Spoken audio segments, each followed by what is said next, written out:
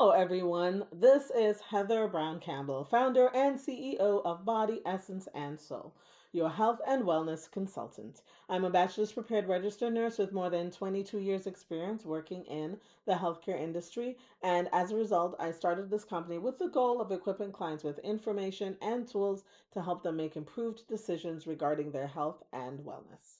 Today's video is video number 7, and it is the sequel to Caffeinated Beverages to Drink or Not to Drink. Now, in the prior video, I did mention that in my career, I have noticed that people who consumed caffeinated beverages or snacks on a regular basis tended to develop the following, that's high blood pressure, kidney disease directly or indirectly, aneurysms, and heart failure. Today, I'm going to address the high blood pressure, kidney disease, and heart failure aspect of it, and the goal is to share this information so that if you are one of those persons who consume caffeinated beverages on a regular basis, for you to decide if you wanted to continue with the status quo or if you wanted to make some changes in your consumption of that in order to take back your control of your health for the long run. So we have this gentleman, this hypothetical gentleman, and he enjoys caffeinated beverages and or snacks, be it black tea, decaf or regular, or coffee, decaf or regular. Sometimes he does go to his favorite coffee shop and purchases his favorite cup of coffee with some double shots of espresso. And from time to time, he also consumes some of those energy drinks. But thus far, no harm, no foul, because his blood pressure has remained normal. However, as the years go by, his primary care physician is noticing that his blood pressure is becoming elevated, and he ultimately is diagnosed with hypertension, aka high blood pressure. The doctor prescribes the appropriate medication to treat that, and so great, the high blood pressure is being taken care of. However, if the patient continues or the person continues on that medication for an extended period of time, eventually it will lead to kidney failure, as that is a side effect of several of the blood pressure medications, unfortunately. So this hypothetical gentleman continues. He's not aware of this side effect. He goes on his usual routine and continues with his usual habits of caffeinated beverage consumption. And so the next time he shows up for his physical, the doctor notices his blood pressure is elevated once again. And this time, the bottom number of his blood pressure, aka the diastolic blood pressure, is also elevated. It's greater than 90 or even greater than 100. The normal diastolic blood pressure should not go any higher than 80. So his values are definitely concerning. The doctor orders an echocardiogram, which is a test that determines if a patient has or is developing heart failure. When the results come back, the early stages of heart failure is confirmed.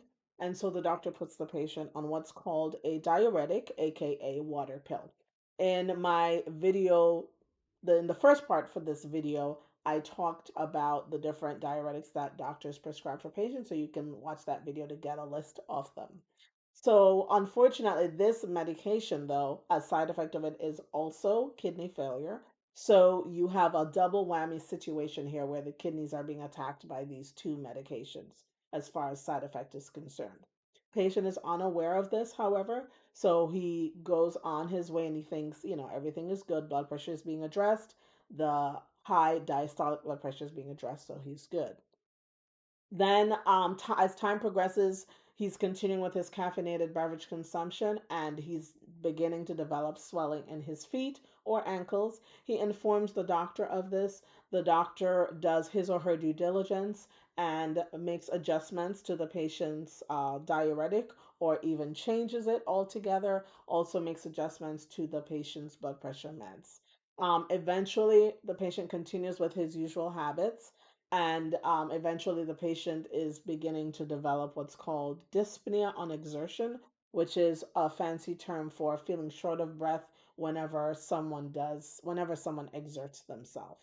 Um, and so the doctor is continuing to make adjustments to his diuretic and blood pressure medication. However, the patient continues with his usual habits in terms of caffeinated beverage consumption. And so eventually he's at the point where at times when he's sleeping at nights, He wakes up as a result of being short of breath.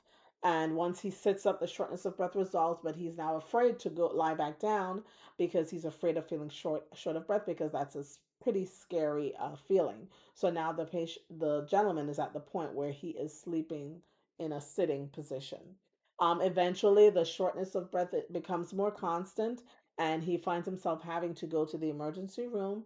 There, they give him some IV or intravenous Lasix, which helps get rid of the excess fluid that's developing, and as a result, he's able to breathe better, and the swelling in his lower extremities are going down. Now, this all could have been addressed if the person or if this gentleman was aware that the caffeinated beverage that he's consuming is what's causing this problem. And so, if you are a person who's at that point, there are things you can do. I'm going to make some suggestions, so there are things that you can do to halt the progression of this. But for those who are at the point where they're having significant swelling in their ankles, feet, legs, having shortness of breath when they lay down or shortness of breath when they're doing certain strenuous activities, there are additional things you would need to do. And it is beyond the scope of this video, but if you would like for me to share that with you, I'll be happy to do so. Just reach out to me via my email, or you can schedule a free consultation using the link that's provided in the description below.